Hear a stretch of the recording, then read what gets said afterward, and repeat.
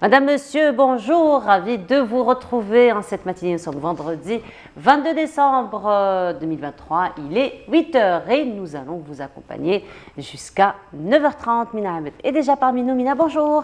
Bonjour Noël, bonjour à tous. Comment ça va, Mina? Ça va. Ça se passe bien? Très bien. Alhamdoulilah.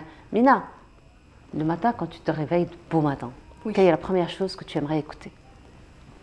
De Rien. la musique. Le silence. De la musique. De la musique. De la belle musique. La belle musique, mais quelque chose de vraiment très, très léger, très doux, Très léger, très doux, très Hein doux, très apaisant. très Le apaisant. chant des oiseaux. Par exemple. Voilà. C'est sympa, le chant des oiseaux. On entend ça avec Oui. impatience, hein, le printemps, Oui, le chant des oiseaux. c'est agréable, c'est Bon, très mis à part- agréable. Mis à part qu'on aime bien l'hiver pour la pluie, Oui.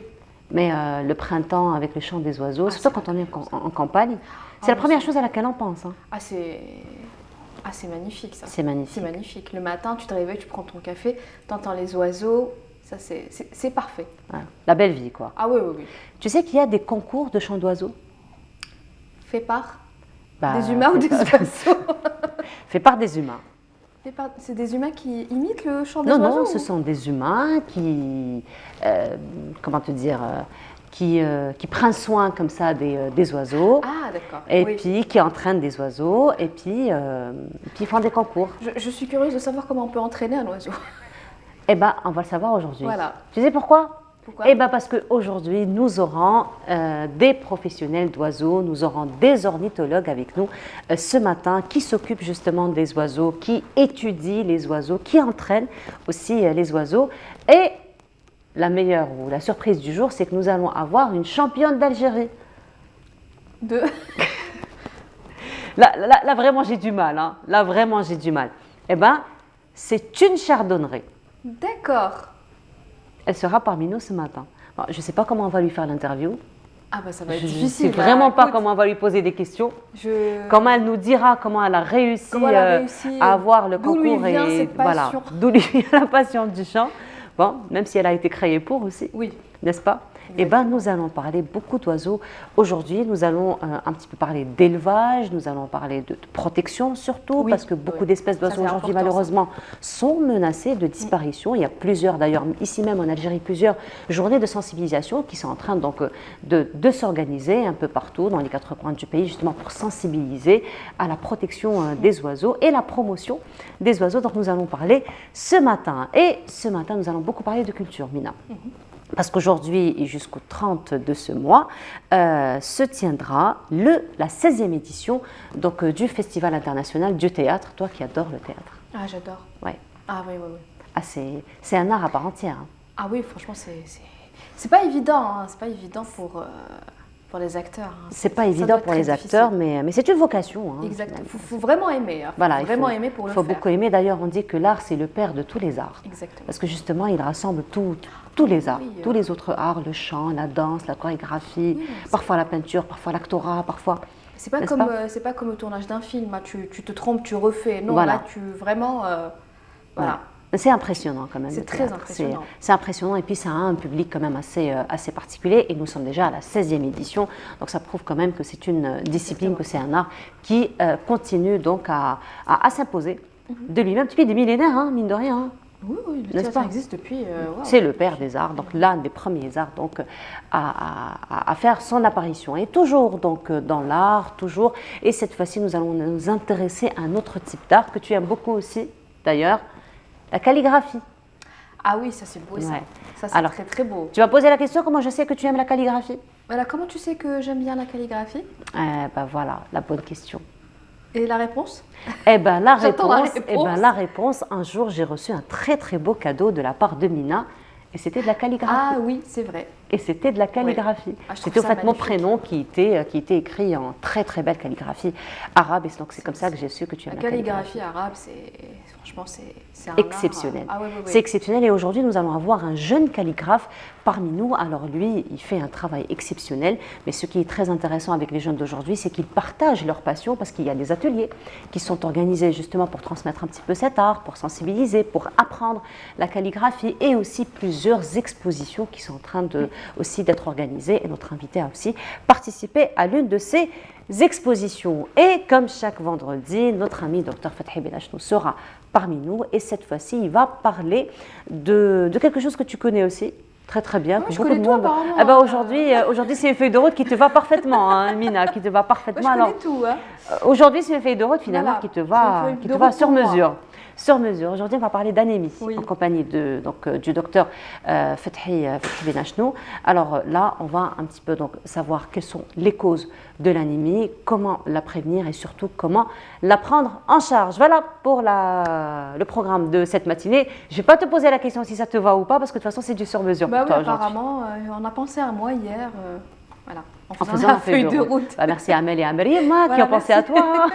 Vous avez pensé à moi, voilà. C'est gentil. Mais sinon, tu as pensé à nous aujourd'hui pour nous annoncer de belles nouvelles? Bah, écoute, ouais, un petit peu. Vers l'Est. Voilà, vers l'Est, il y a de bonnes nouvelles. Ah, vers l'Est, bon, quand même. Vers l'Est, il y a de bonnes nouvelles. Voilà. Quand même. Mina continue à être généreuse quand même. Voilà, hein. non, mais... Continue à être généreuse. Ah, voilà, un petit peu quand même. Hein. Un petit peu. Un petit peu, ouais. On compte sur toi de toute façon, Mina. Voilà. Donc tu vas nous donner quand même une petite bonne nouvelle du côté de l'Est. Oui, voilà, allez, ce sera juste après cela.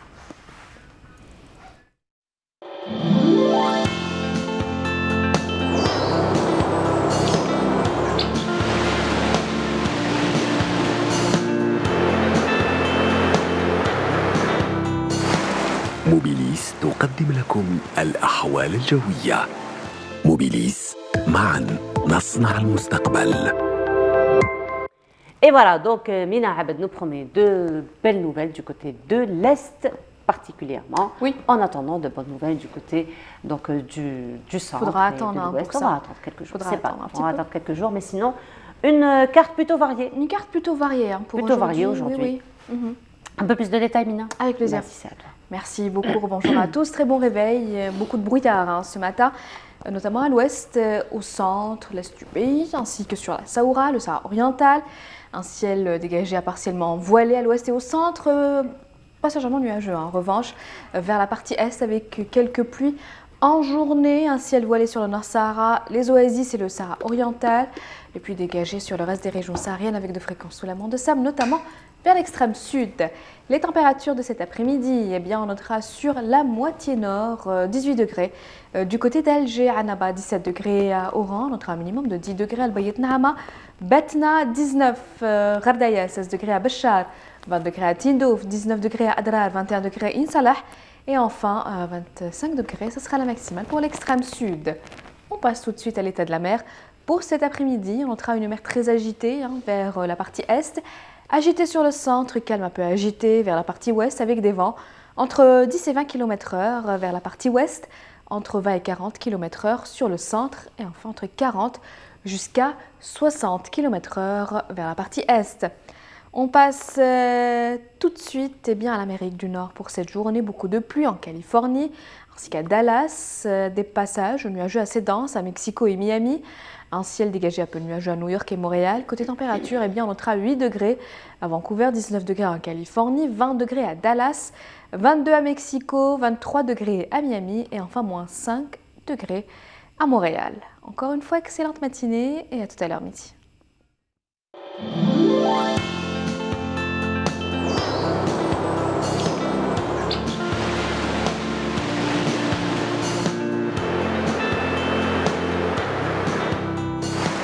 موبيليس قدمت لكم الأحوال الجوية. موبيليس معا نصنع المستقبل. Voilà, donc c'était les nouvelles du ciel. On retient, Mina, des températures plutôt saisonnières. Oui, 18 degrés. 18 degrés, voilà. Il fait plutôt bon. Hein, Il fait plutôt bon et pour la saison. Ça tombe bien, c'est les vacances pour les enfants. Oui, donc, oui, effectivement, à partir d'aujourd'hui, on leur souhaite de très très bonnes vacances. Et pour les universitaires, de très très bonnes révisions, parce que juste après, ça va être les examens. Tu le dis d'un air un petit peu... Sournois. Ah oui. Non, mais je leur souhaite réellement Oui. beaucoup de courage et beaucoup de réussite. Bah, écoute, leur réussite, ça va de la nôtre aussi. Hein. Je le dis très Exactement. sincèrement. Ah oui, d'accord. C'est vrai. Je te crois. Ah, Tu n'as pas le choix de toute façon. Je hein. te crois. Tu n'as pas le choix de toute façon. Merci beaucoup. Merci. Mina, on se retrouve tout à l'heure après le journal télévisé du midi, Avec plaisir. après celui du 19h. Exactement. À 9h30, À comme 9h30. d'habitude, pour un bon point café. Évidemment. N'est-ce pas? Mais avant cela, Mina, en ton nom, au nom de toute l'équipe de Bonjour d'Algérie, de la Régie 7, nous tenons à présenter tous nos vœux et dire un très grand joyeux anniversaire à notre ami Oubahi Mohamed.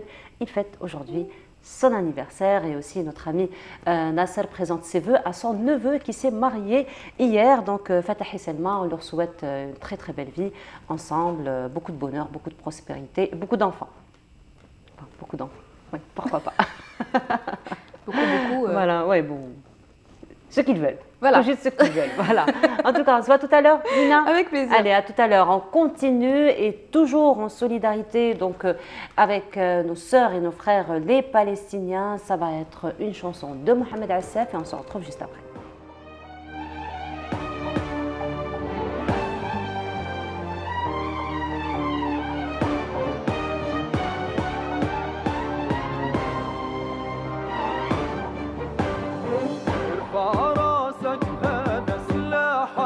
ارفع راسك هذا سلاحك أصل الكرام إنسان ابن بلاد الشمس الحرة ابن بلاد الشمس الحرة ابنك يا غزة ما ينهان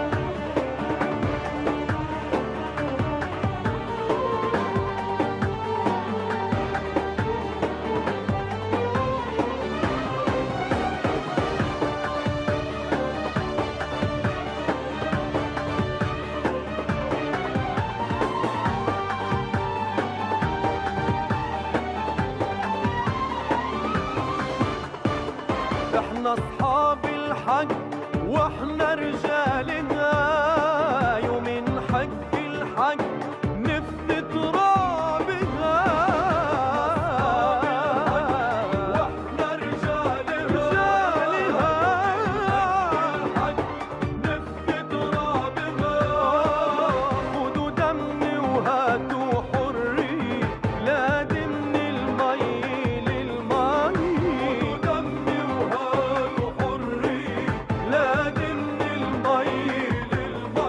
يا غزة جودي برجالي كل واحد منهم ادمني ارفع راسك هذا سلاحك ارفع راسك اصل الكرامة انسان ابن بلاد الشمس الحرة بلاد الشمس الحرة ابنك يا غزة ما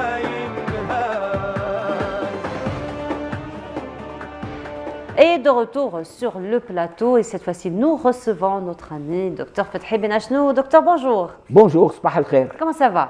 Ça va, semaine. après avoir eu des déboires avec ma batterie. C'est normal, c'est de ma faute. C'est un peu la négligence, docteur. Hein. C'est la négligence petit peu, et oui. il faut, en hiver, il faut renouveler sa batterie. Et vérifier à chaque fois, effectivement. Parce que tomber en panne autoroute, c'est pas... C'est ce qui vous est arrivé, non? Si. Si. Oui, Oula. j'ai marché, ma bloqué. Heureusement qu'on arrive. Et avec ça, vous êtes à l'heure. Alhamdoulilah. Alhamdoulilah. Il y avait de bonnes étoiles, Oui. Fesma. Oui. C'est vrai. C'est ça qui est important. C'est vrai. Il y avait de bonnes ondes. Alhamdoulilah. Alhamdoulilah. Pourvu que ça dure. Et puis voilà. Et la leçon. C'est la leçon du jour, effectivement. C'est le prof qui fait la leçon. Non, je suis en train d'apprendre la leçon avec vous. Voilà, alors aujourd'hui, Docteur, c'est un sujet, on ne parle pas beaucoup finalement de ce sujet, l'anémie. C'est très fréquent. On parle mal, très mal Et de pas l'anémie. souvent aussi. Comment? Et pas souvent aussi, on n'en Pas parle pas souvent, on néglige, Et on pourtant, néglige. c'est très fréquent. Très fréquent, surtout C'est chez très, les très femmes. fréquent, surtout chez les femmes. Surtout chez les femmes. Et en préparant la chronique, ça a apparu les cas cliniques, Oui. l'état qui dénote, qui montre qu'il faut vérifier s'il y a une anémie, c'est très fréquent chez les femmes. Pourquoi? Les femmes, c'est à cause de la nature. La première des choses, c'est qu'elles ont un cycle menstruel et elles ont une perte de sang régulièrement. Beaucoup plus grave, il y a des femmes, il y a des jeunes filles qui ont des menstrues très très perturbées, ce qui fait qu'il y a une grosse perte de sang et surtout la nature de la fille, comment on appelle ça, la timidité vis-à-vis, parfois elle n'en parle même pas à la maman, pour dire, et là ça entraîne indéniablement une anémie. Mais disons ce que c'est qu'une anémie d'abord. En arabe, le mot me plaît beaucoup. On dit faqr ad-dam. Faqr ad-dam, oui. Faqr ad-dam, c'est très beau. Et vous voyez que là, Oui, mais c'est très beau, mais c'est un petit peu choquant aussi. c'est un petit peu faqr. On arrive, c'est une pauvreté. Le faqr, c'est une pauvreté. Oui, la personne qui est anémiée s'appauvrit en sang. Le sang, c'est quoi? Allah, quand il nous a créés, a donné à la femme ou à l'homme 5 litres de sang. Lui, il sait pourquoi plus, pourquoi moins, pourquoi. Lui, il sait, c'est lui le créateur. Et ensuite, le sang, il est extrêmement important. Il est vital. Il est vital parce que qu'est-ce qu'il fait? Le sang, entre autres, mais essentiellement, il transporte de l'oxygène. L'oxygène qui est un gaz, une matière essentielle à la vie. S'il n'y a pas d'oxygène, d'ailleurs l'exemple de la pandémie du Covid nous a montré que des gens parfois mouraient asphyxiés parce qu'il arrivait à paralyser, on ne va pas l'expliquer, le système respiratoire qui permet d'alimenter le corps humain. Alors le plus petit poil doit recevoir de l'oxygène. De l'oxygène, oui.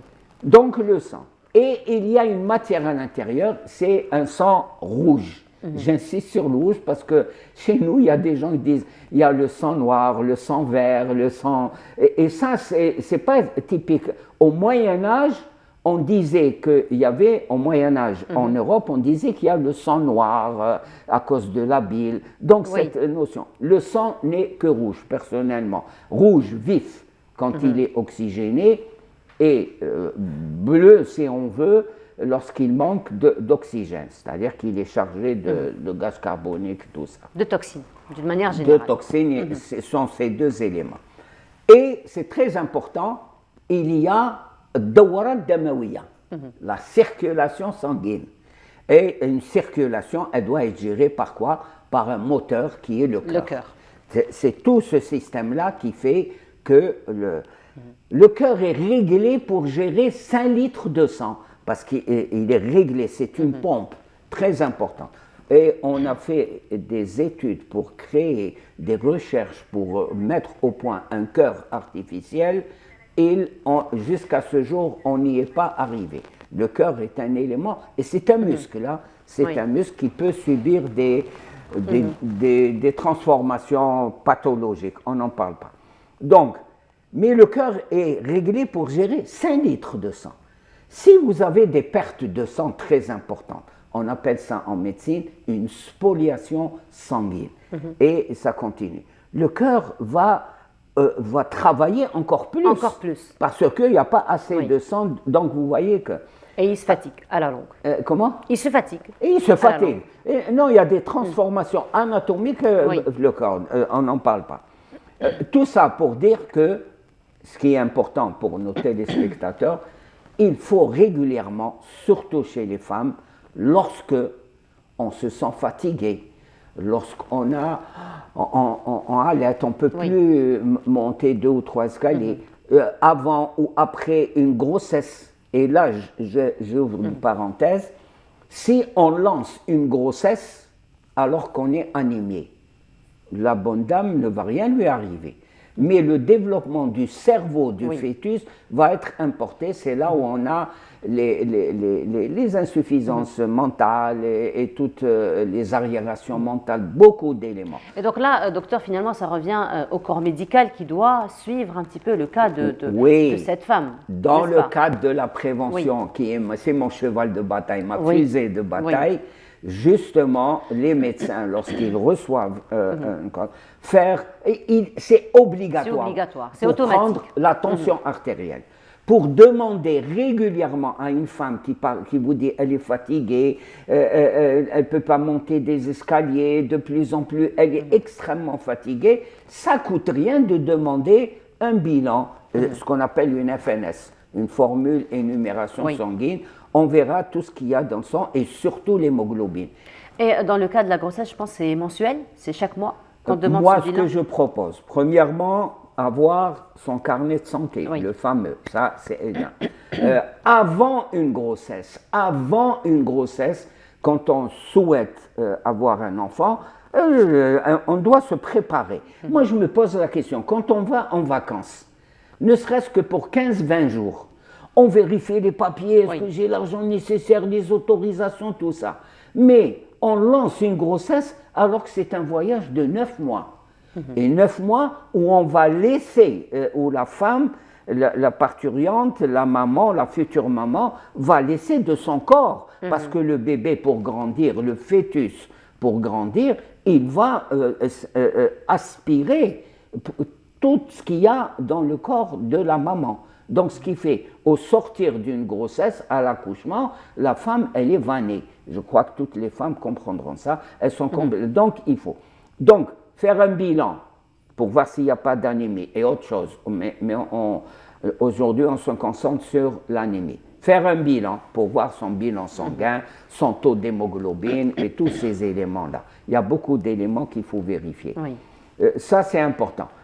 Au cours de la grossesse, et là, vous avez raison, dans le sens où le médecin, le gynécologue qui suit, il doit prendre en compte ces éléments, surtout relatifs à l'anémie. Il y a beaucoup d'éléments à prendre en compte chez une femme enceinte, mais l'anémie est un élément essentiel parce qu'elle peut se répercuter sur le développement du tube neural du fœtus.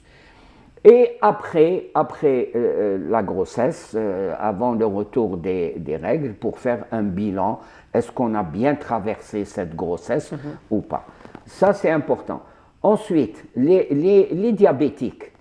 Pourquoi on leur avant de passer chez le diabétique, vous savez que notre capital sanguin, il est renouvelé. C'est pas celui qu'on a depuis la naissance jusqu'à notre... Non, il est renouvelé tous les 3 mois. Tous les 3 mois, parce que la cellule, le globule rouge, qu'on a pris à l'école, qu'on colorait avec le crayon. C'est juste un cercle, voilà, un cercle. Comparé au globule blanc qui ressemble à un nuage. Un nuage, tout ça. Est-ce qu'on fait toujours ça dans les écoles? Je pense que oui. Ça, c'est le début des sciences naturelles. Alors, le globule rouge, il est sphérique, c'est-à-dire qu'il est... Mais il répond à certaines normes. S'il ne répond pas à certaines normes, il ne remplit pas sa fonction de transporteur d'oxygène. Et c'est là où on a des maladies, surtout chez les enfants, la thalassémie, des enfants qui ont besoin, leurs globules rouges ne sont pas aux normes, si je puis dire, et c'est pour ça qu'ils ont besoin de transfusions sanguines régulièrement. Et c'est là où j'en profite pour dire aux gens d'aller donner de leur sang, ça c'est important. Ensuite, chez les diabétiques, vous savez, il y a ce qu'on appelle l'hémoglobine glyquée. Moi, je préfère, comme nos personnes âgées, surtout les femmes, elles appellent ça « sokor ta'atel shahar ». Il faudra écrire un livre un jour sur ces... Pas ces raccourcis, ces façons d'appréhender « sokor ta'atel shahar ». Pourquoi tel shahar? Comme le sang, il vit pendant 3 mois. Après, il se renouvelle tous les 3 mois. Donc le globule rouge lui-même et le sucre, tout ce qui est dans notre corps profite du sucre dans le globule rouge. Donc ce qui fait qu'on a l'état de la glycémie, c'est-à-dire du taux de sucre dans le corps, pendant 3 mois. les médecins l'appellent le billard. Le billard, c'est ça qui nous rapporte. Pourquoi? Parce que beaucoup, quand vous demandez aux patients, et vous trouvez une discordance entre le taux de sucre, de glycémie et l'état. Régime. Ah oui, non, docteur, moi je suis mon régime, je ne prends pas de sucre, tout ça, mais on a un taux d'hémoglobine glyquée qui est élevé, qui est extrêmement important. Vous voyez que le sang, bon, l'anémie, c'est ça, oui. Et surtout, chez certaines femmes, elles peuvent avoir une perte de sang énorme, oui. C'est ce qu'on appelle TAP, il y a toujours des... qui doit justement, on doit être opéré. Il occasionne. Voilà, alors là c'est vraiment après un cas quand même assez avancé. Ouais. Mais sinon, docteur, comment on peut prendre en charge une anémie? Donc on va terminer sur ce point. Comment on peut prendre en charge l'anémie? Il y a beaucoup d'astuces de grand-mère, hein, n'est-ce pas? Je ne suis pas grand-mère. Attention, non, je suis médecin. Mais vous êtes tout le temps en contact avec les oui, grand-mères. Hein? Alors vous je vais aimez après. Bien, hein, non, je vais dire comment faire face d'abord à la prise anémie. En charge médicale, effectivement. Ouais. Donc comment faire face? Alors, il y a quand on enseigne au sujet de l'anémie, on dit les anémies. Oui. C'est une anémie en fonction de la cause, de l'étiologie. Oui. Le plus souvent, la plus fréquente, celle que l'on rencontre, c'est celle qu'on dit anémie fériprive. C'est-à-dire qu'il y a un taux bas de fer. Oui. Ça, c'est très important. Premièrement, il faut faire des analyses de sang. Alors, on peut aller beaucoup plus approfondir parce qu'il y a la ferritine, je ne veux pas le taux de fer stocké dans le corps humain, mais des fois on fait. La première des choses, c'est de trouver une solution, de prendre augmenter en charge l'apport en fer. La cause de cette anémie. Pourquoi? Pourquoi? Deuxièmement, il faut donner du fer. Quand elle est prouvée fériprive, il faut donner du fer. Seulement, ça pose problème parce que quand on prend du fer, ça donne une constipation. Oui. Il faut savoir gérer tous ces éléments-là et c'est très important. Le plus important, c'est le diagnostic exact que c'est une anémie fériprive. Les astuces de grand-mère que vous adorez, alors là, chez nous, c'est le top. Les lentilles. Les lentilles. Non, les lentilles, c'est bon. Oui. Les pommes, toutes ces choses. Moi, ce qui m'étonne, c'est que le kibda ta'al djaj, le foie du poulet, tout ça, à part le fait que ça soit une protéine animale, je ne pense pas qu'il y ait un impact et ça marche beaucoup. Alors là, quand un monsieur veut honorer sa dame et lui montrer qu'il l'aime et tout ça, et le kibda, le foie, il faut lui ramener le kibda. Moi, je dis oui, ramener le kibda, ça fera toujours quelque chose, mais ça n'a pas un impact terrible. L'impact le plus important pour clôturer, c'est faire des analyses biologiques. Le kibda, docteur. Rien que pour vous. Voilà, le kibda, ça c'est bon grillé, mais attention, pas chez les diabétiques parce que c'est le lieu de stockage du sucre. Voilà. Faire des analyses de sang, diagnostiquer exactement que c'est une anémie fériprive à voir, parce qu'il y a d'autres anémies, on ne va pas s'étendre, et à ce moment-là, soigner quand elle est fériprive, voilà. Et je ne suis pas du tout contre, moi-même j'aimerais montrer ça. C'est excellent. De toute façon, ça va de là, l'hygiène alimentaire, n'est-ce pas? C'est la base finalement, encore une fois, de toute la sensibilisation par rapport à l'éducation sanitaire. Alors, en matière d'hygiène alimentaire, il ne faut pas prendre très souvent le foie. Et là-haut, c'est quoi? C'est des moules. Les moules, il n'y a pas de problème, c'est bon, la salade, c'est bon. C'est varié quand même. C'est varié, c'est bon. Varié, sauf le foie n'est pas aussi important. C'est bon en sandwich. De temps en temps. Mcharmela fi Ramadan, Allah, n'est-ce pas? Voilà, j'ai réveillé. En tout cas, merci beaucoup, docteur. De rien. On se retrouve vendredi prochain, Inch'Allah, pour un autre point santé. En tout cas, merci beaucoup, docteur. Et on continue. Donc, on parlait un petit peu de la prise en charge. Cette fois-ci, il y a eu des rencontres autour de la prise en charge médicale des patients. Je vous laisse voir ce reportage et on se retrouve juste après. L'amélioration de la prise en charge des patients au sein des établissements hospitaliers, une priorité relevée lors de cette rencontre regroupant les acteurs et professionnels de la santé du pays. Une occasion pour eux d'échanger et d'explorer les mécanismes nécessaires en discutant des corrections et ajustements requis. Il va falloir développer toute une stratégie, une démarche méthodique et surtout scientifique pour que tous les acteurs impliqués par cette offre de soins soit la plus efficace et la plus performante possible. Une avancée significative a également été soulignée lors de cette rencontre, l'introduction, il y a quelques mois, de l'immunothérapie dans le pays. Cette percée thérapeutique ouvre de nouvelles perspectives dans le traitement des maladies, particulièrement dans la lutte contre le cancer. L'immunothérapie a complètement changé donc, la survie de nos patients. Elle a changé complètement l'évolution des cancers.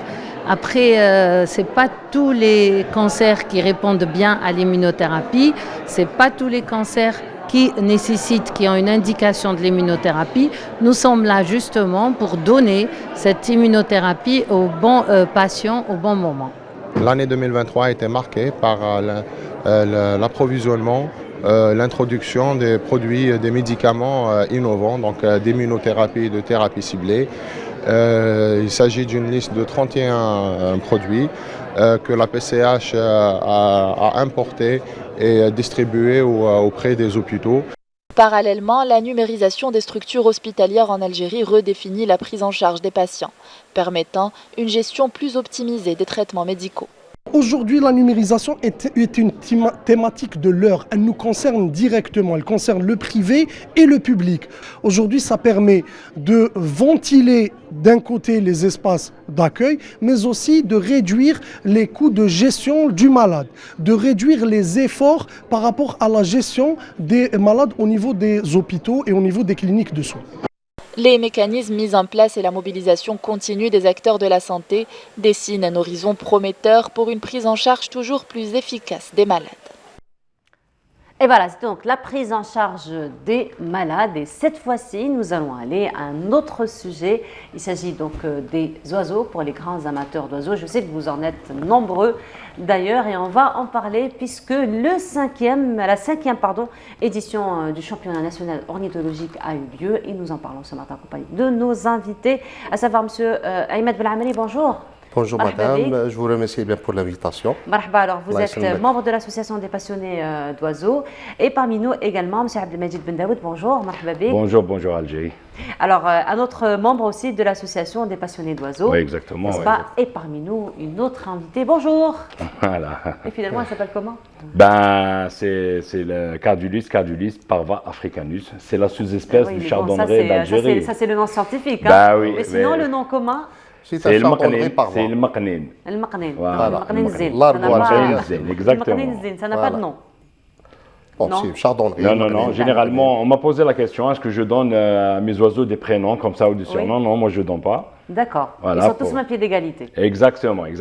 Mais celle-là, elle est sortie du lot par rapport à tous mes oiseaux. Elle est classée championne d'Algérie et Best in Show dans la 5e édition du championnat national qui a eu lieu du 12 au 16 de ce mois. Voilà. Donc voilà, tout à son honneur. Tout à son honneur. C'est dommage qu'elle ne parle pas, qu'elle ne fait que chanter. Elle nous aurait parlé de sa passion, finalement. Mais sinon, M. Ben Daoud, alors vous dites que vous êtes finalement éleveur d'oiseaux, grand passionné d'oiseaux. Je suis un éleveur passionné de chardonneret depuis mon enfance, depuis mon jeune âge. Comme tous les Algériens. Comme tous les Algériens, nous sommes tous passés. On est tous mordus par cet oiseau ensorceleur. Oui. Voilà, donc on ne peut pas ne pas en avoir un. Ah, j'imagine. Monsieur Belamani, justement, nombreux sont les passionnés d'oiseaux en Algérie. C'est ce qui vous a un petit peu encouragé à créer un petit peu cette association, n'est-ce pas? Alors, vous allez un petit peu nous parler de l'association. L'association, l'UOA, l'Union nationale ornithologique, elle a été créée justement pour englober les éleveurs passionnés d'ornithologie et On est bien accompagnés, hein, bah oui, finalement, oui, c'est le fait. Badi, hein. Nous sommes bien accompagnés, le Badi et le Maqlin. Voilà, donc c'est une association à caractère éducatif, c'est-à-dire elle oriente les éleveurs vers le standard qu'il faut travailler pour la préservation des espèces locales et les orienter vers les techniques, les nouvelles techniques d'élevage. Voilà, surtout les nouvelles techniques d'élevage. Il faut dire à M. Ben Daoud que les chardonnerets, on sait que c'est très fragile, pas que les chardonnerets, mais les oiseaux d'une manière générale. L'élevage est très très délicat, très, bien sûr, très sensible. On ne parle pas de chat, on ne parle pas de chien, mais ce sont des techniques très particulières, ça demande beaucoup d'attention. Exactement, ouais. Le chardonneret, moi je parle beaucoup plus du chardonneret parce que c'est la spécialité. C'est ma spécialité, voilà. Donc il faut beaucoup d'entretien, il faut beaucoup d'attention et tout. D'ailleurs, notre association, parce que bon, comme a dit mon ami Ahmed, on a une association, c'est l'AOA, Association ornithologique algéroise. Après, il y a l'Union ornithologique algérienne, parce que on a une fédération. Voilà, on a une fédération. Donc, notre but, c'est de préserver cette espèce qui est en voie de disparition. On essaye de montrer aux éleveurs les bonnes techniques d'élevage pour avoir pour pouvoir déjà reproduire cet oiseau en captivité, toujours dans le contexte de préserver de ce qui reste dans la nature, pour ne plus se pencher aux oiseaux sauvages. Parce que notre but, c'est quoi? C'est d'avoir zéro chardonneret sauvage en cage. Et cet oiseau, il est né en cage, il est né en captivité. C'est dans le plan de notre programme de préservation. Voilà, on essaye de reproduire l'oiseau. Après, notre association avec des membres, des éleveurs expérimentés, ils donnent aux nouveaux éleveurs et des jeunes éleveurs les bonnes techniques de reproduction, alimentation, hygiène, voilà, tout, les maladies et soins. On a même des vétérinaires et tout. Donc voilà. Voilà, donc pour suivre un petit peu et pour encadrer encore une fois l'élevage, alors il faut dire que les oiseaux, les chardonnerets, particulièrement en Algérie, ça intéresse beaucoup et il y a beaucoup de travail de sensibilisation qui se fait. Et d'ailleurs, notre ami Lamia Benbouda s'est rendu au niveau du jardin d'essai, là où il y a eu donc, des journées de sensibilisation, des journées d'études autour du chardonneret. Je vous laisse voir donc ce reportage et on se retrouve juste après.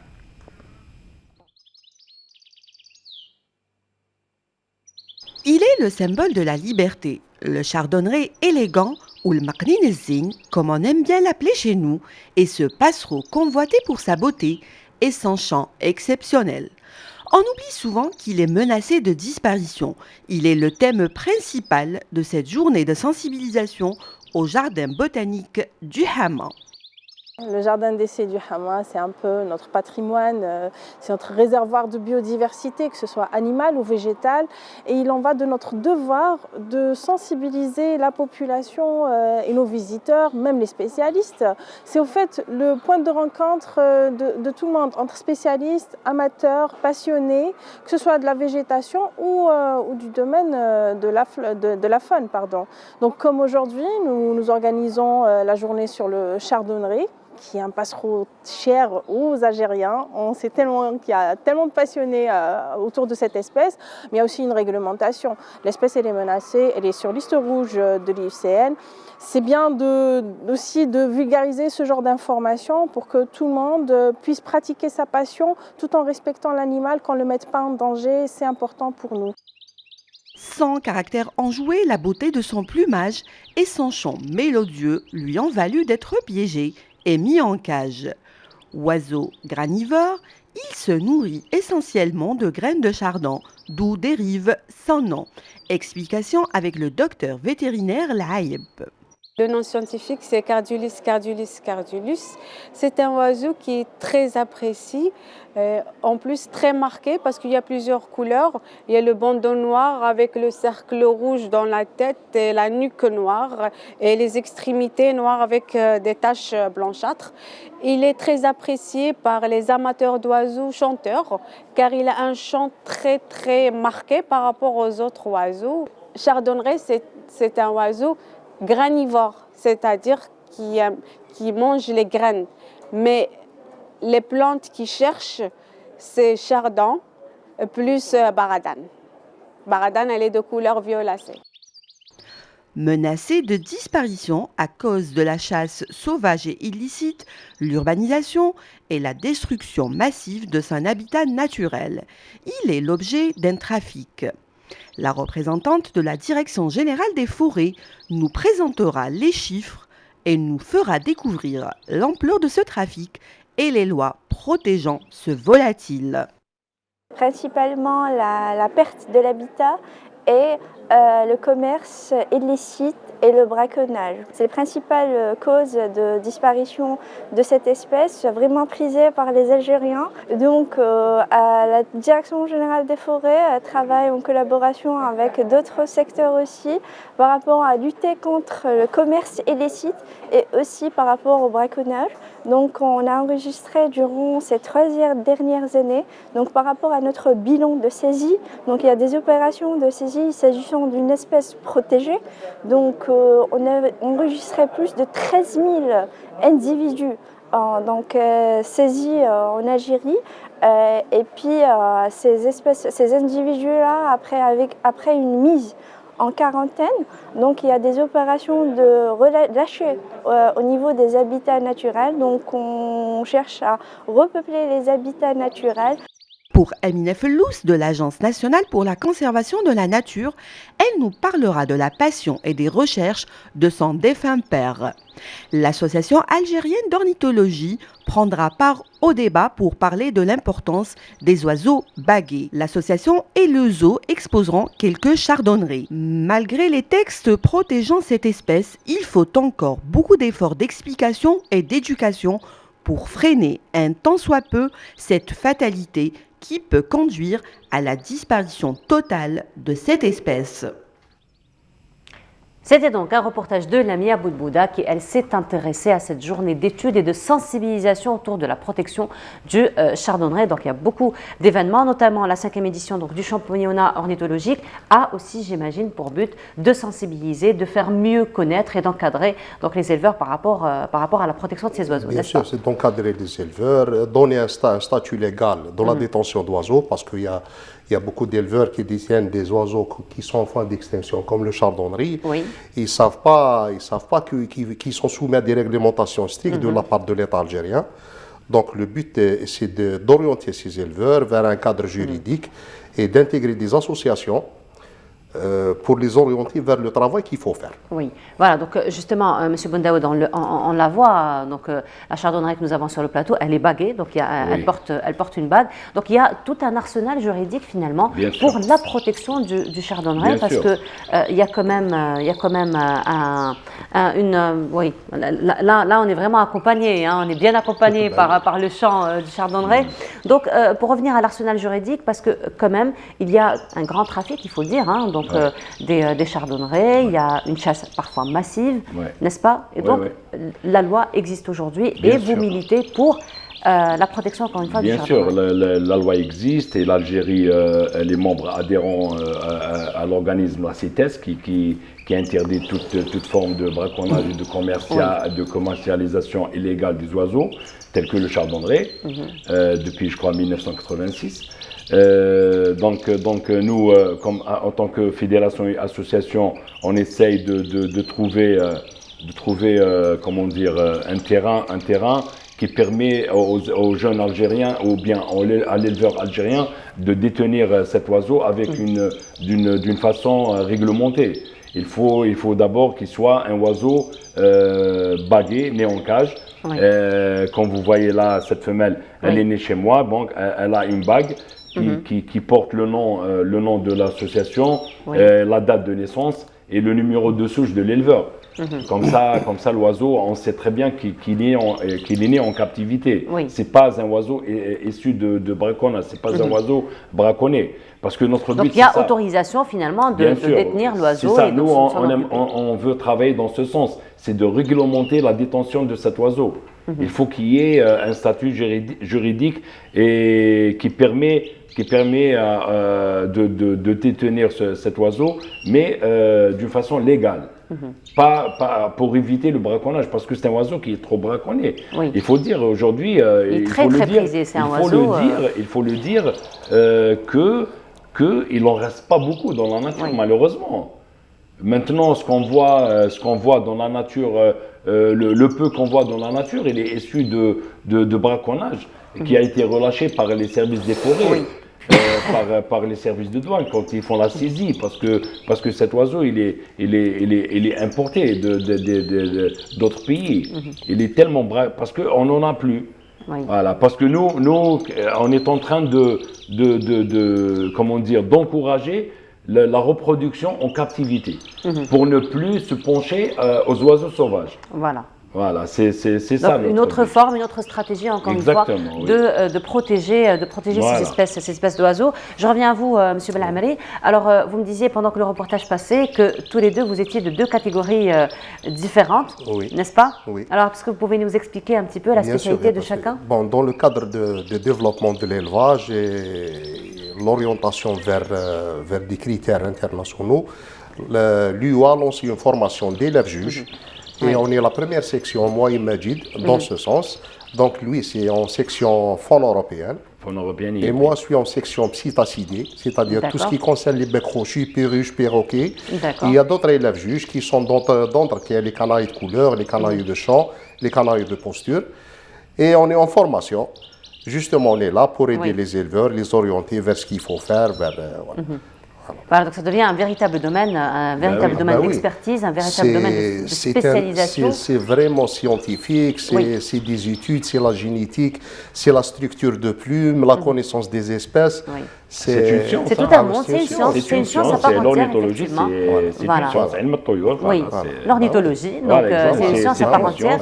Très, comment dire, très impressionnante. Oui, impressionnante. Et puis qui nous pousse toujours à faire des recherches en génétique, en phénotype des oiseaux et tout, même dans l'histoire. Cet oiseau nous a permis de plonger dans l'histoire profonde de l'Algérie. Pour voir d'où vient cette passion, à quelle date on peut y aller pour voir d'où commencer cette détention des oiseaux. Ah, donc finalement, il y a l'aspect scientifique, mais il y a aussi tout l'aspect sociologique qui va avec. Alors j'imagine qu'avec toutes ces années que vous avez consacrées à l'entretien des oiseaux, à connaître un petit peu les chants, donc c'est très facile pour vous de reconnaître un chant d'un oiseau et très facile de différencier. Plus que ça. Déjà au début, nous, en Algérie, on arrive à distinguer de tel secteur et de tel secteur. Juste en écoutant son chant. On connaît le chant de chaque secteur, par exemple le Beret de Bouzréa, le Patrio de Tagara, le Titetet d'Elbiar, et voilà. C'est une reconnaissance de proximité finalement. Hein. On est vraiment dans la proximité là. Bien sûr. Ouais. Après là on est arrivé à distinguer la pure souche et une souche hybridée. Le fait de voir l'oiseau, il y a des critères. Il vient de parler de notre formation en élève-juge. On est en train d'être formé pour devenir juge parce que c'est vrai, l'ornithologie, c'est récent en Algérie. En tant que championnat et concours, on est en 5e année. Mais là, on est en train de se former pour juger nous-mêmes nos oiseaux. Parce que, actuellement, on fait venir des juges internationaux, d'accord ? Mais après, au bout de 3 ans, on aura nos propres juges dans les 5 sections, parce qu'il y a 5 sections en ornithologie. Il y a la faune européenne hybride, il y a le bec droit, exotique bec droit, bec crochu, les canaris de couleur et les canaris de posture.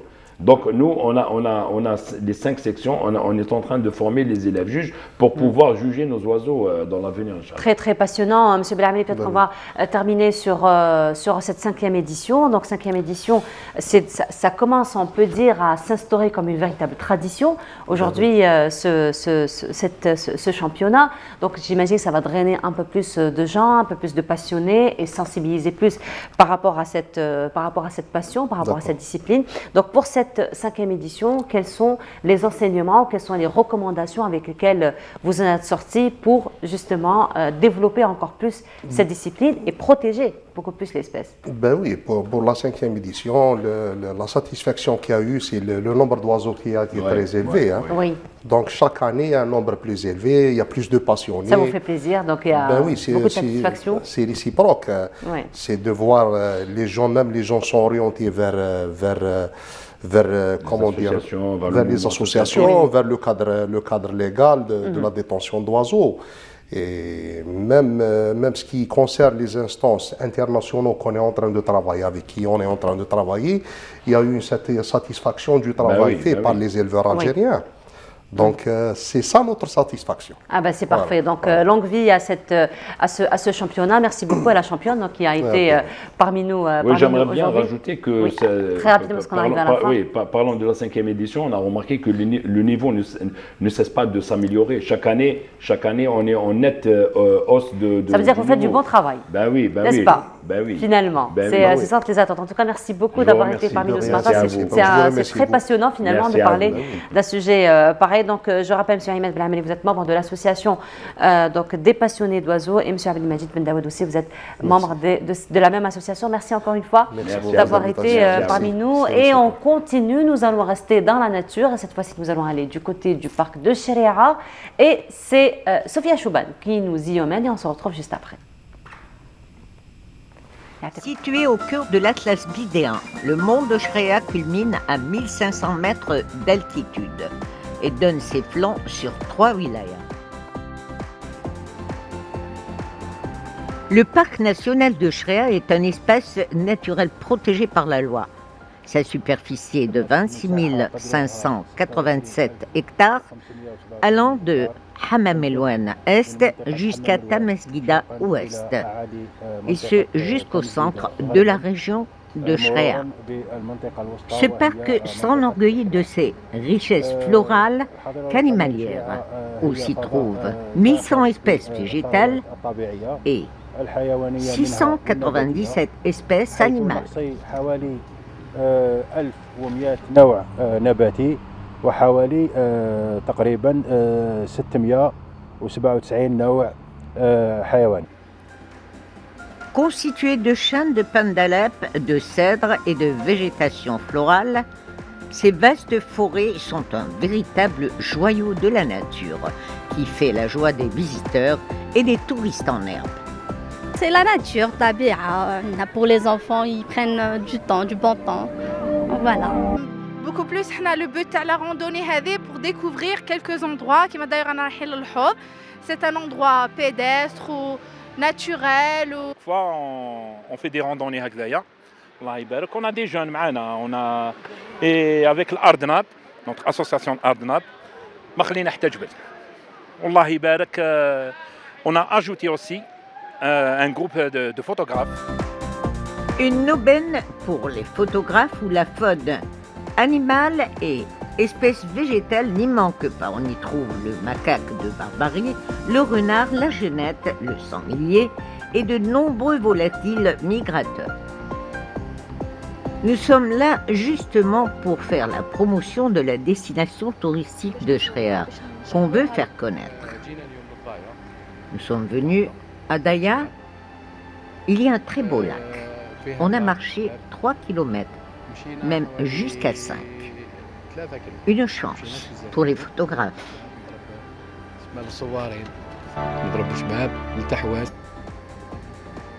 Ce qui était jadis une simple station de ski est devenu maintenant un parc naturel offrant diverses activités pendant le week-end, où le manteau blanc recouvre dans son ensemble les massifs montagneux.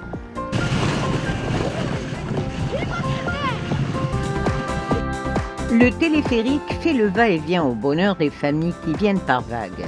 La luge pour les grands et les petits, le ski pour les amoureux de ce sport, bref, tout semble être réuni pour un échappatoire.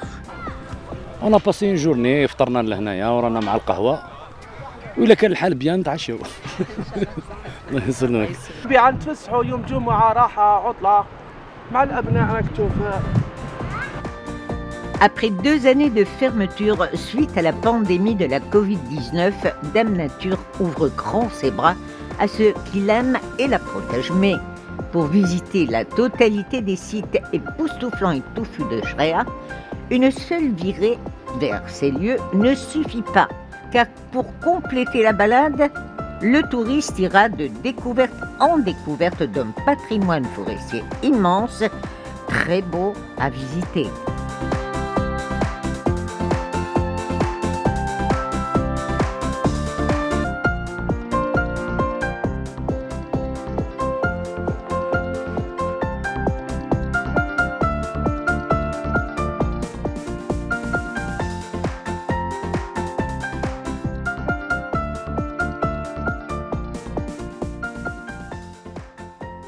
C'était une balade du côté de Shreya et c'était Sofia Chouban qui nous y avait emmenés. Et cette fois-ci, nous allons continuer encore une fois de parler de prévention, mais cette fois-ci des préventions des feux de forêt.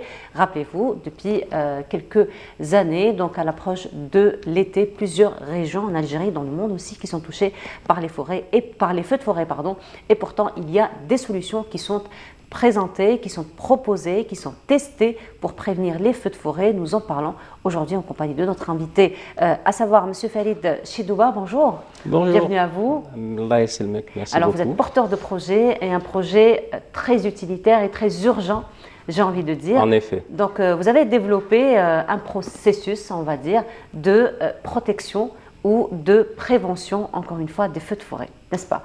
En effet, oui, Alors, effectivement. Je voudrais bien vous dire d'où vous est venue l'idée, mais l'idée vient d'elle-même, elle s'impose d'elle-même. Effectivement, le contexte des feux de forêt depuis un certain nombre d'années et le coût que ça engendre derrière. Oui.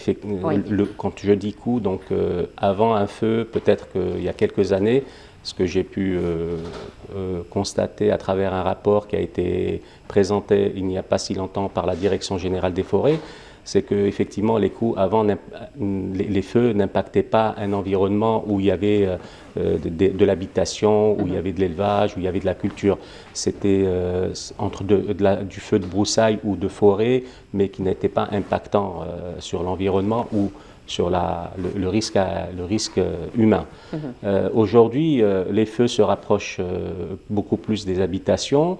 Ils engendrent des dégâts très importants, qui fait qu'il y a un intérêt très important à porter dessus. Et donc, nous, en tant que start-up, donc notre start-up qui s'appelle Basir, donc moi et mon associé, le docteur Hamid Menouar, on s'est intéressé à cette problématique.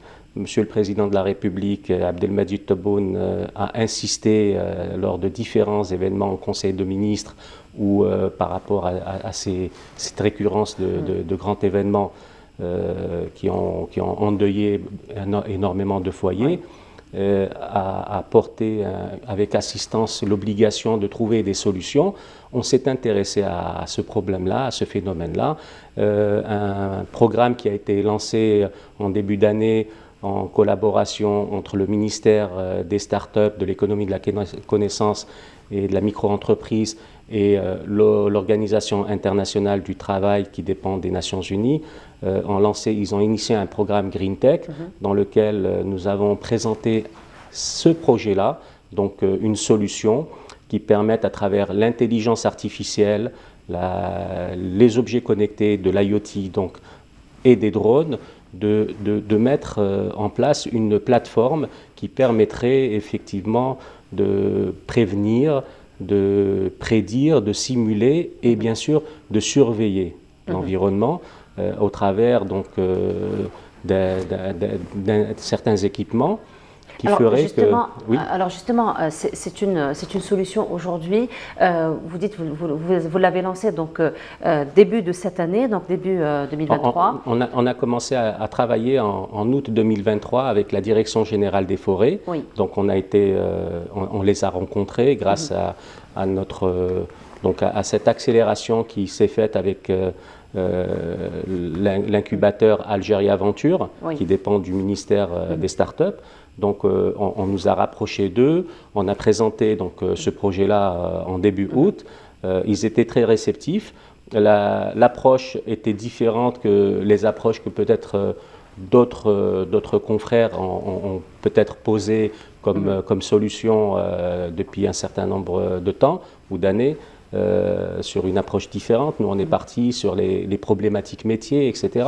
Et ce qui fait qu'à partir de là, on nous a présenté un site pilote, on nous a mis à disposition un site pilote sur lequel, durant le mois d'août et septembre, nous avons déployé un certain nombre d'équipements, puisque les choses devaient se faire au fur et à mesure, on ne pouvait pas tout déployer d'un coup. On parle d'intelligence artificielle, on parle d'IoT, on parle de data, de gestion de reconnaissance d'un environnement, etc. Donc on a déployé et puis on a laissé cette intelligence artificielle commencer à travailler, commencer à comprendre un peu son environnement. Alors justement, nous avons une vidéo que vous nous avez ramenée, probablement on va la regarder ensemble, vous allez nous expliquer un peu plus, peut-être nous vulgariser un petit peu le process et comment ça marche par rapport à ce processus. Alors si on peut juste avoir la vidéo, donc voilà. Alors là, on rentre dans une problématique. Donc les feux de forêt, qu'est-ce que ça engendre? Quel est l'impact? Quel est le coût? Donc humain, économique. Sur le plan économique, effectivement. Et les raisons qui font qu'aujourd'hui, les feux sont plus importants dus au phénomène des changements climatiques et des différentes... voilà. Donc on a présenté un peu un tableau de bord des événements en Algérie, le nombre de feux qui a eu lieu, les ravages que ça a engendré. Ça, c'est un peu nous, c'est l'équipe. On est une petite équipe aujourd'hui et on aspire à grandir, Inch'Allah. Une petite équipe avec de grandes aspirations, de grands objectifs. Tout à fait. Et cette équipe-là, elle est 100% algérienne. Ce sont nos ingénieurs issus des universités algériennes qui ont donc des compétences assez intéressantes qu'on est en train de former aussi en parallèle. Ça, c'est un des dispositifs qu'on a mis en place donc, sur le site pilote. Donc il y a une caméra, il y a des capteurs au-dessus, un capteur qui tourne, donc c'est un capteur de vitesse de vent, une girouette qui est donc celle qui donne l'orientation du vent. Ça nous permet de faire des calculs effectivement en cas de risque pour savoir comment est-ce qu'un phénomène d'incendie pourrait se produire et se propager, dans quel sens, etc. Se déplacer, voilà. Ici, c'est un peu l'utilisation du drone qui permet aux équipes opérationnelles qu'on voit un peu sur le bas de l'écran sur la gauche. Ça nous donne une vue globale. Là, c'est un tableau de bord. Donc notre tableau de bord aujourd'hui, tel qu'il est présenté, c'est le site pilote. Là, c'était le jour du test. Ça, c'est le fameux 19 novembre dernier, où on a fait la simulation en grandeur réelle avec la Direction générale des forêts et la protection civile, où ils ont mis en place à 3000 mètres du site pilote. Donc ils ont choisi un site en particulier, ils ont créé donc, un départ de feu et il était nécessaire qu'on sache est-ce que notre intelligence artificielle était capable d'identifier ce feu-là et de lancer une alerte immédiatement. Et justement, quel a été le résultat par rapport à ces tests? Donc ça a duré 2 mois, août-septembre. Ça dure jusqu'à maintenant. Bon, maintenant, effectivement, on est en hiver, il n'y a pas grand-chose, mais ça a duré jusqu'à la fin novembre, effectivement, puisque c'était une période propice, il faisait beau. Pourquoi des pics de chaleur, effectivement. Voilà, il y avait des chaleurs, il y a encore eu des feux, même en novembre dernier. Sachant que le jour où on a fait notre test le 19 novembre, donc nous, les éléments de la direction des forêts, accompagnés par la protection civile sur l'emplacement qui avait été désigné pour déclencher un feu, effectivement, c'était un feu volontaire, donc pour tester l'intelligence artificielle. Mais ce même jour-là, donc ce feu a été fait à 3 km de distance, ce même jour-là, notre caméra continuait à poursuivre, à regarder autour d'elle, et elle a détecté un feu qui n'était pas du tout dans le programme, effectivement, qui se trouvait à une distance de plus de 10 km du site, Et dans une autre zone, c'était au niveau de la grotte du Maccabée, sur le massif du Durdura, donc qui ne dépendait pas du tout de la circonscription dans laquelle nous étions. Et cette information, on l'a captée immédiatement, puisque l'alerte est donnée en temps réel, en termes de secondes, on parle de secondes. Donc ça fait une capture image immédiate et ça donne la position géographique du lieu de l'incendie, donc longitude, latitude pour avoir la position géolocalisée. Et on a informé immédiatement l'équipe qui était avec nous et grâce à cela, ils ont pu effectivement faire le nécessaire pour informer les responsables et intervenir immédiatement. Et je pense que le fait qu'il y ait eu ce jour-là, ces deux résultats différents, un qui a été provoqué et l'autre qui était réellement une mise en situation réelle sur le terrain, a fait que lorsqu'on a présenté donc notre projet, l'état d'avancement de notre projet le 23 novembre au niveau du siège de la Direction générale des forêts, il a tout de suite eu l'unanimité et on est en train de poursuivre, donc on passe à la deuxième phase de notre projet, donc l'élaboration de la plateforme globale, la mise en place des ateliers en cours pour comprendre un peu plus le métier des gens des forêts, leurs besoins, et de manière à ce qu'on étoffe d'ici, on espère d'ici le mois de mai, Inch'Allah, de mettre en place la plateforme et de commencer à déployer de nouveaux sites. Et Inch'Allah, les choses se feront. Voilà. C'est ce qu'on espère. On est en train d'être encouragé par les gens des forêts. Surtout que les résultats sont là. Voilà. Alors justement, toujours par rapport aux résultats, par rapport à ces essais, donc le feu qui a été provoqué pour les besoins du test, donc si je comprends bien, ce sont des feux qui ont été provoqués à 3 km, l'autre qui n'a pas du tout fait partie du programme à 10 km. Est-ce qu'on va comprendre par là que finalement la capacité de détection de ces déclenchements de forêt sont quand même à des distances très importantes? Oui, tout à fait. Tout à fait. Donc ça peut aller jusqu'à combien? Selon l'outil qu'on peut utiliser, effectivement. Et il y a aujourd'hui des équipements qui peuvent avoir un rendu d'image qui est quand même assez important. On peut aller jusqu'à 20-30 km. Oui. Hein. Mais là, on est sur des terrains, par exemple la Kabylie, là où il y a eu le site pilote, à l'Arba'an et Thilathan, effectivement, c'est un relief montagneux, très accidenté. La ligne d'horizon, elle est à peu près 30-40 km. Donc, on n'est pas obligé d'avoir une seule caméra qui regarde jusqu'à la ligne d'horizon. Mais quand on construit une étoile, quand on construit une solution en mode étoile et qu'on regarde l'ensemble des massifs qui existent dans cette région-là, on peut surveiller de façon optimale l'ensemble du périmètre. Donc, effectivement, il y a aujourd'hui des technologies de caméra qui peuvent avoir une vue jusqu'à 30-50 km maximum. Hein, c'est vraiment le grand maximum, mais on n'est pas obligé d'aller jusque-là. Ça dépend le process qu'on met en place et qu'est-ce qu'on opte comme technologie pour la mettre sur le terrain. Voilà. Donc là, on espère une généralisation, surtout dans notre région. Je le souhaite énormément. Les gens des forêts sont très optimistes là-dessus, ils y croient. Donc ils sont en train de faire le nécessaire et de mettre les moyens à disposition, parce que là maintenant, on est en train de parler maintenant de financer l'ensemble de cette opération-là. Et donc la direction des forêts tente de mettre les moyens pour lancer ce financement-là et qu'on puisse élaborer ce projet-là et à l'orée de l'été prochain, au moins déployer sur une dizaine ou une vingtaine de sites à travers le territoire national. Donc les sites les plus risqués, quoi, qui sont classifiés à très haut risque, de manière à ce qu'on... Le plus touché effectivement par le phénomène. En tout cas, on vous souhaite une très très belle réussite. N'est-ce pas? C'est parce que ça reste quand même un projet urgent, surtout pour les retombées. On a parlé économique et aussi humain, malheureusement, ces dernières années. En tout cas, merci beaucoup. Très, très belle continuation. Beaucoup de succès pour le projet.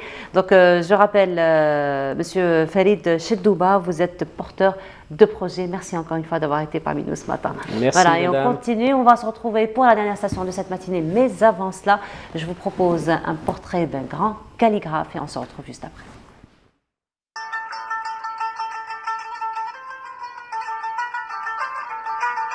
Doté d'un sens aigu dans la recherche et la créativité, Abdelkader Boumala, le calligraphe, l'artiste et chercheur, nous a gentiment laissé pénétrer dans son monde. J'ai fait les Beaux-Arts de 68-72, avec une spécialité de la calligraphie à l'époque à l'école des Beaux-Arts de 2 ans. Après ça, j'ai fait l'Égypte pendant 4 ans, l'école de calligraphie d'Égypte. Là, j'ai terminé en 78, j'étais major de la promotion à l'échelle égyptienne et je suis enseignant à l'école des Beaux-Arts depuis 85 à ce jour.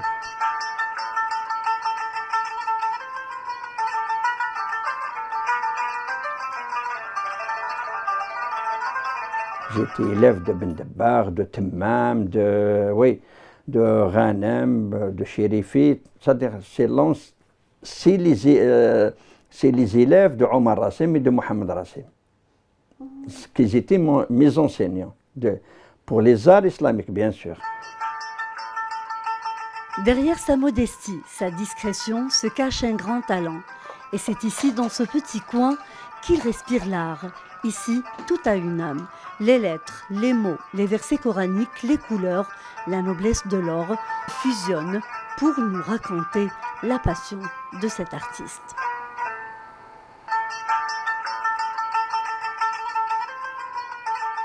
Le caractère adopté généralement pour les manuscrits, c'est toujours l'écriture maghrébine de style al-mabsout.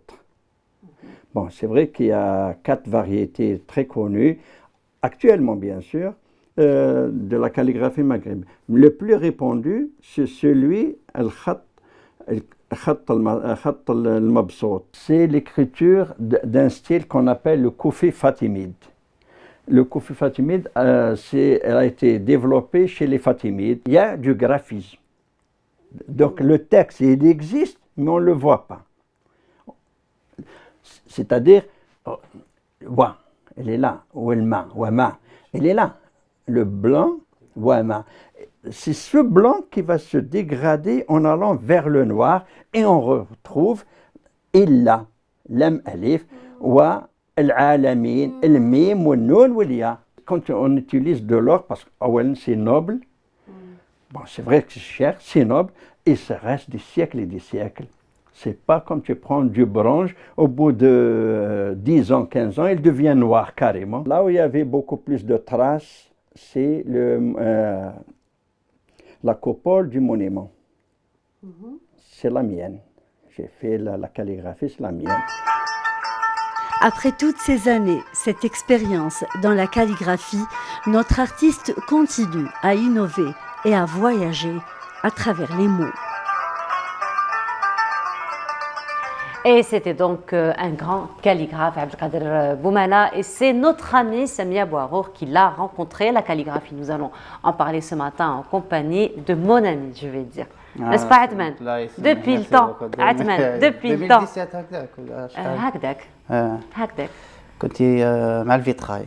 Je le suis toujours. Hein. Ah oui, je le suis toujours. أنا الفيتراي وأنت la calligraphie. Les retrouvailles. Voilà, ça va, Atman?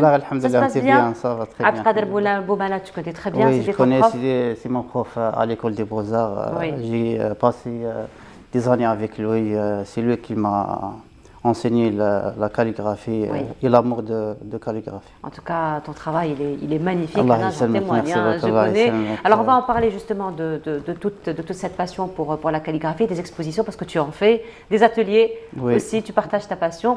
Mais avant cela, un autre invité, en tout cas, je ne sais pas si je vais présenter ou pas, parce que de toute façon, il est plus à présenter, hein, n'est-ce pas? Bonjour. Comment ça va? Nos amis téléspectateurs, Labas, alhamdoulilah. Ça se passe bien? Bonjour. Très bien. Labas, alhamdoulilah, Faisal Moutaoui. Je vous disais, je ne vous ai pas vu depuis 2005. Comme le festival de Timgad de 2005. Ça fait longtemps. Je ne vous ai pas vu. Ravi de vous retrouver. Je vous vois ref les réseaux sociaux, ref la télévision. C'est vrai. Et je me dis, non, ma c'est vrai. Merci beaucoup pour l'invitation. Marhababik. Alors, Faisal, si vous êtes parmi nous ce matin, c'est pour revenir à une très très belle tradition culturelle. Encore une fois, nous en sommes, mine de rien, à la 16e édition du Festival international du théâtre. C'est la grande fête du théâtre, effectivement, qui va commencer ce soir. C'est pour ça qu'on est là. Oui, à 18h au Théâtre National Mahidine Bechtarzi. Le Festival National du Théâtre est à sa 16e édition. Et il aura lieu donc à partir du 22, donc ce soir, jusqu'au 31 décembre. 13 pièces sont en compétition, des pièces sélectionnées par un comité, parce que nous avons en Algérie 22 théâtres régionaux. Et donc, comme tout le monde ne peut pas être en compétition, le festival dure une dizaine de jours, donc il y a une sélection de pièces. Ça a été dur la sélection. Oui, c'est dur, oui, c'est très dur et parfois ça fait des grincements. Les gens, c'est normal, sont en colère. Parce qu'ils sont en train de travailler finalement tout au long de l'année. Il y a beaucoup de passion pour le théâtre. Oui, il y a un travail à faire parce que le festival national, si vous voulez, c'est une finale. C'est comme dans le football. Ça veut dire qu'on va avoir les meilleures sélections pour avoir celui qui va avoir le grand prix, parce qu'il y a des prix, il y a 8 prix qui seront distribués durant le festival par un jury. Il s'agit des prix du grand prix du meilleur spectacle, Ahsan Ard Mutakamil en arabe, le prix du meilleur texte, parce que le théâtre c'est aussi du texte. Pour parler d'écriture, la meilleure scénographie, la meilleure interprétation féminine et masculine, la meilleure musique aussi, et la meilleure mise en scène. Et donc le jury, pour l'annoncer aux nos amis téléspectateurs, il sera présidé pour la première fois par Madame Fadila Hachmaoui, comédienne, qui n'est plus à présenter, et elle sera assistée par Madame Hamida El Hach, qui est également une metteur en scène et enseignante à l'Institut supérieur des métiers de scène et de l'audiovisuel. Il y a aussi le professeur Mohamed Chergui qui est enseignant à l'université d'Oran, parce que c'est des spécialistes des arts dramatiques. On a un metteur en scène qui s'appelle Aïssa Jagati, qui est très connu aussi, un scénographe Mourad Bouchhir, et un auteur Mohamed Bish, un auteur qui est connu surtout dans le monde arabe, parce que avec l'Arabia al-Masrah, qui est l'Institut arabe du théâtre, il est souvent invité. Le prochain festival arabe du théâtre aura lieu à Bagdad, en Irak, au mois de janvier. Et on a aussi avec nous un musicien, c'est Dr Saïdi, qui est le chef d'orchestre, qui est connu, parce que le théâtre, c'est un ensemble de disciplines, c'est l'art des arts. C'est le père des arts, on le disait, donc il regroupe pratiquement tous les arts. Absolument, beaucoup d'art, il y a beaucoup d'écriture, il y a la scénographie, il y a les décors, il y a les lumières, il y a le son, il y a le texte, il y a la diction. C'est le père des arts, donc cette évaluation se fera par le jury. Je vais citer quelques pièces, si vous voulez, qui sont en participation, quelques-unes, pour ne pas citer toutes, parce qu'il y a 13. Donc on commencera demain donc samedi. Aujourd'hui c'est l'ouverture. Demain samedi, aujourd'hui c'est l'ouverture. Pour l'ouverture justement, il y aura un spectacle inédit, c'est la première fois qu'il sera présenté, c'est mise en scène. C'est la particularité de l'édition. Absolument, c'est l'une des particularités, c'est la pièce, c'est un spectacle chorégraphique qui s'appelle Fada al-Nujum, l'espace des stars, et on verra un comédien très connu. Si je vous dis Laz de Batha, vous connaissez que c'est Nabil Asli. Donc Nabil Asli reviendra sur scène, ça fait longtemps qu'il n'est pas monté sur scène. Hier j'ai discuté longuement avec lui, ça fait 13 ans qu'il n'est pas monté sur scène. Et donc ça sera l'occasion de le retrouver, il sera le maître de cérémonie, parce que pour un peu casser la routine de la présentation classique d'un festival, donc ce sera Nabil qui va être le fil conducteur de la soirée, d'un spectacle monté par Riyad Berouel sur une scénographie de Zinedine Hattab. C'est beaucoup de jeunes danseurs qui sont venus de plusieurs régions du pays, une douzaine de danseurs. Donc il y aura un spectacle un peu avec plusieurs tableaux. Ça sera ce soir donc pour l'ouverture avec la présentation du jury. Et puis à partir de demain, les compétitions, c'est au niveau de la grande salle du Théâtre National Algérien. C'est chaque jour à 15h et à 19h. Il y a, par exemple, on va commencer par la pièce de Issue, c'est une nouvelle pièce. La plupart des pièces sont nouvelles, et certaines c'est des générales, ça veut dire qu'ils sont présentés pour la première fois au public. Issue, c'est mise en scène par un jeune de... C'est un grand challenge, finalement, pour les acteurs. Bien sûr. Pour toute l'équipe. Le théâtre pour les comédiens surtout, est un grand challenge, parce que c'est l'art direct. À la télévision, on est avec nos amis téléspectateurs d'une manière indirecte, on en parle. C'est vrai qu'on est en live, mais on est dans un écran. Mais le théâtre, vous êtes sur scène. Donc si le comédien rate son jeu, son interprétation, il est tout de suite détecté par le public. C'est pour ça que c'est très compliqué d'être comédien de théâtre. C'est la meilleure école de l'actorat. Donc on commencera par une pièce qui s'appelle Eshio, c'est mise en scène par Aziz Abdelkader. C'est un metteur en scène de Taman Rassat qui réussit, et une écriture de Aqba Ouchir, qui est un auteur et également metteur en scène d'Adrar. La pièce est produite par le théâtre régional de Biskra pour dire que le sud algérien est très présent au Festival national. Une deuxième pièce qui sera présentée dimanche à 15h, c'est Torab el Jounoun, la terre de la police, c'est le théâtre régional de Béchar sur une mise en scène de Hussein Mkhtar. Il y a aussi le théâtre régional de Constantine avec Istirahat al-Muharrijin, le repos des clowns. Yom Qabl al-Qiyama, c'est le retour de Mohamed Fili Mehdi, qui est comédien qui revient à la mise en scène par le théâtre régional de Mascara. Et donc pour noter que pour le théâtre national, il y a 10 pièces des théâtres régionaux et 3 pièces qui sont sélectionnées par parce qu'il y a ce qu'on appelle des demi-finales. Il y a le Festival national de Sidi Bel Abbas, le festival local plutôt, de Sidi Bel Abbas de Guelma et le Festival national du théâtre amateur de Mostaganem.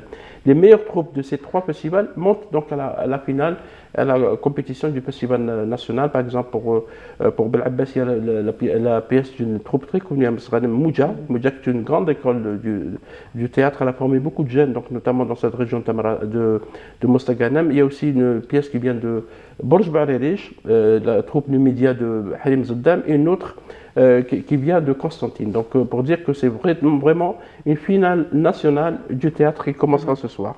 Inch'Allah. Donc ça, c'est à partir de ce soir, 19h? À partir du soir, 18h. Il y a aussi, je voulais noter aussi que le festival, et ça c'est très important de le noter, il est dédié à Sid Ahmed Agoumi. Sid Ahmed Agoumi qui n'est plus à présenter, qui est l'un des doyens des comédiens algériens. L'année passée, nous avons rendu hommage à Taha Al-Amiri, qui a 92 ans, c'est vraiment le comédien, c'est quelqu'un qui ne parle pas beaucoup, qui ne fait pas beaucoup d'interviews, malheureusement. Le même cas pour Sid Ahmed Agoumi. Sid Ahmed Agoumi, on va le retrouver sur scène et il était très ravi d'être honoré parce que l'idée du commissariat du festival, dirigé par M. Mohamed Yahyaoui, c'est de rendre hommage aux artistes de leur vivant. Parce qu'on a pris l'habitude de se rappeler Almet, Allah yarhamou, etc., Ken ou Ken ou Ken, au lieu de tomber dans ce Ken ou Ken, donc on les ramène de leur vivant parce qu'il y a beaucoup de jeunes qui entendent parler de Ahmed Agoumi. Ils le connaissent dans Ashur al-Ashar, c'est le loisir Ashur al-Ashar, mais ils ne connaissent pas qui est Ahmed Agoumi. Comment il a commencé? Ahmed Agoumi, c'est des trentaines de films, de télévision, c'est des dizaines c'est toute une vie, effectivement. Donc un hommage lui sera rendu durant le festival. Ah ben, c'est magnifique. Alors je reviens à toi, Atman. Donc on va rester toujours dans le domaine de la culture et cette fois-ci on va aller dans le domaine de l'écriture. Le 18 décembre, nous avons célébré la journée de la langue arabe, n'est-ce pas? Et ce qui rend finalement la langue arabe, c'est déjà la richesse de la langue elle-même, mais j'ai envie de dire la beauté de l'écriture. Donc la calligraphie, c'est ta spécialité. Donc la calligraphie, à cette occasion, tu avais participé à une exposition, n'est-ce pas? Voilà, l'exposition à la galerie Hangar qui est située au Garden City à Chiraga. Il y a une variété de styles à la galerie, qui est le style moderne et le style classique. Moi, je participe beaucoup avec le style Hurufiyat. Ce style هو جديد شوية ايتو كاين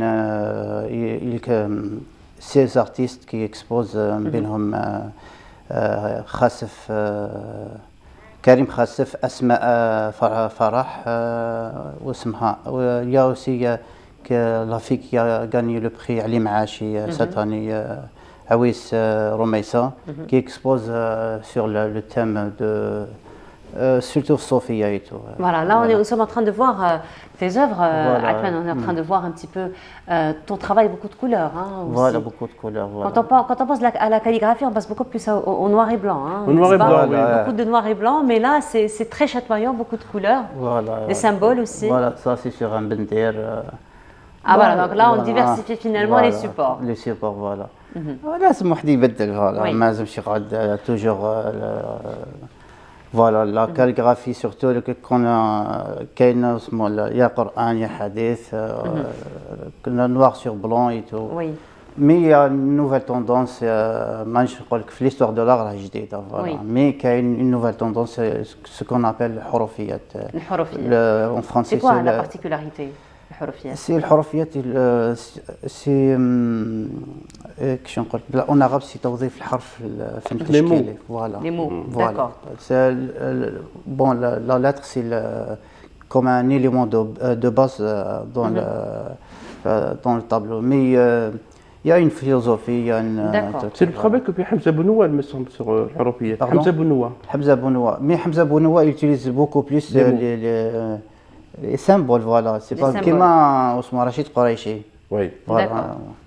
Parce que le ha en arabe, c'est un très beau mot. Voilà. Oui. Quand il est dessiné, c'est vraiment une forme d'expression merveilleuse. Et Hamza Benoît, il fait des merveilles. Il a beaucoup travaillé avec ce bark al-harf. Il est bien fait. هو par exemple هو قلت لك كاين d'autres artistes, des amateurs aussi à la galerie. J'invite les téléspectateurs de visiter l'exposition. Jusqu'à 11 janvier. Jusqu'au 11 janvier, donc ça va, on a le temps d'aller, on a le temps de visiter. Il y a aussi le festival de la miniature le 27 décembre, je pense, à Tlemcen. Tu vas participer aussi? Non, je n'ai pas participé. J'aime beaucoup ce qui est moderne. D'accord. Voilà. On revient un petit peu à ton travail. Donc, quels sont un petit peu. Donc, tu travailles avec le même matériel finalement que les calligraphes, avec le même crayon, le même. Non. Parce que là, on est un petit peu dans le moderne, hein, donc voilà. Ça change un peu les techniques. Voilà, mon idée au début, نهار دخلت لي بروزار كنت حاب نخدم جيست لونلي مينور لا كاليغرافي كلاسيك مي فو تشوف لي ماتيريال واسمو حتى لي لوطخ واسمو لي تكنيك اي تو on va tout essayer finalement. حتى واسمو حتى مون بروف دو كولور غرافيزم سي ارسلان هو اللي كان بدل لي لاكتور فوالا ارسلان لاكتور فوالا. Il a changé l'idée, il m'a changé l'idée, لازم تبدل et tout. Voilà, comme quoi les profs, n'est-ce pas, ils ont un impact, une influence dans l'encadrement, dans l'orientation. Voilà. En tout cas, c'est tout juste magnifique. Merci le travail. C'est le style street art ou la calligraphie اللي نشوفها بزاف يوتيليز beaucoup plus le latin نشوفها في les murs et tout. J'essaie d'utiliser la lettre arabe. Voilà, ce sont des textes. Non, c'est pas. Il y a des textes. Je veux dire, il y a des mots compréhensibles ou c'est juste des lettres. C'est-à-dire, on peut lire si on veut. C'est juste des lettres éparpillées et tout. Mais كاين اللي يخدم بها avec les textes. Dernièrement خدمت texte تاع امرؤ القيس. معلقات. معلقات فوالا معلقات. مي الانسان لازم يطور شويه ما يقعدش في المام كما نقولوا. ان تكست كما نقولوا قران ولا حديث بون كاين لي زاماتور تاعهم يا با سوسي مي الانسان لازم يخرج من هذاك. Voilà. Mais sinon, on a vu que tu travailles sur d'autres supports. Donc, on a vu que tu travailles sur tes tote bags, tu travailles sur le bendir. Donc, on n'est pas que sur la toile ou que sur le papier. Donc là aussi, ce sont d'autres techniques. C'est un peu plus délicat. هي شوفي الارتيست هنايا لازم كما نقولوا واحد لازم ياكل شويه يعرف. كان دي طابلو كيش نقول لك لوحات تجاريه كما نقولوا احنا اللي الواحد لازم يعيش بهم هذوما وكاين دوطخ كما نقولوا دي طابلو اللي فوالا هذيك دير بهم دي اكسبوزيسيون اي تو هذوما سورتو بوغ واحد يمشي روحه شويه مع الماتيريال راهو شويه غالي فوالا. Voilà. Mais sinon, Atman, aussi, tu animes des ateliers. Donc, c'est une passion que tu partages, que tu essaies d'apprendre aux autres. En tout cas, moi, j'en ai assisté. Hein. Voilà, c'est un très bon pédagogue. Il explique très bien. Merci beaucoup. خدمنا كيف ماشي خدمنا مي شفتك تخدمي بالكوفيات في الفيتراي. Voilà, moi je suis dans le vitrail. Voilà, je suis dans le vitrail, mais bon, tu m'avais appris quand même. Vous êtes artiste, vous-même vous êtes artiste. Oui. Oui, elle est artiste. Enfin, on va dire amatrice, hein. On va dire amatrice, hein. On va dire amatrice. C'est vrai que nous étions dans le même atelier, mais on faisait un échange de connaissances, n'est-ce pas? Voilà, et donc tu continues toujours à faire des ateliers. Voilà, كان des ateliers في القبة في النادي الخط النادي الجزائري الخط العربي والزخرفة qui est situé au niveau de Jolivet. Oui. Enfin كاين بزاف اللي يحبوا الناس يحبوا يتعلموا الخط دركا كاين سيرتو لي retraités يحبوا. Voilà, c'est vrai, pour tuer le temps vide, comme on dit, et pour passer du temps et surtout pour avoir de nouvelles compétences. En tout cas, l'exposition c'est jusqu'au 11 janvier, tu nous as dit, donc on peut visiter jusqu'au 11 janvier. Merci beaucoup Atman d'avoir été parmi ce matin. En tout cas, ça m'a fait plaisir, depuis le temps que j'essaie de l'avoir sur le plateau. Voilà, enfin, ça m'a fait plaisir. Depuis 2005, je ne vous ai pas vu. Merci beaucoup. Venez au théâtre. C'est vrai, c'est finalement. Mais venez au théâtre, donc au Festival National. À partir de ce soir, 18h. À partir de 18h, les spectacles en compétition, c'est à 15h à 19h. Il y a des spectacles en hors compétition à la salle Haj Omar et au théâtre Alger Centre. Et également, il y a aussi beaucoup de débats. Tous les jours à 10h au l'espace Mohamed Ben Gattaf au deuxième étage du TNA. En plus, évidemment, d'un hommage particulier, je voulais le souligner, pour quelqu'un qui est un des pères du théâtre algérien, qui s'appelle Allalou. Le hall du TNA va s'appeler à partir du 26 décembre au nom de Allalou pour lui rendre aussi un hommage. Voilà, en tout cas, bravo pour tout ce que vous faites. Je rappelle, vous êtes le chargé de communication donc, du festival, de cette 16e édition du festival international du théâtre. Merci beaucoup. Merci Canal Algérie, merci à vous. Parmi nous ce matin, nous arrivons à la fin de notre émission. Merci beaucoup de nous avoir suivis. Je vous souhaite une très agréable journée à tous. Vous retrouverez mon ami Mariam Oussaïd demain à partir de 8h. Pour ma part, je vous retrouverai à partir du week-end prochain. Bonne semaine à tous. Au revoir.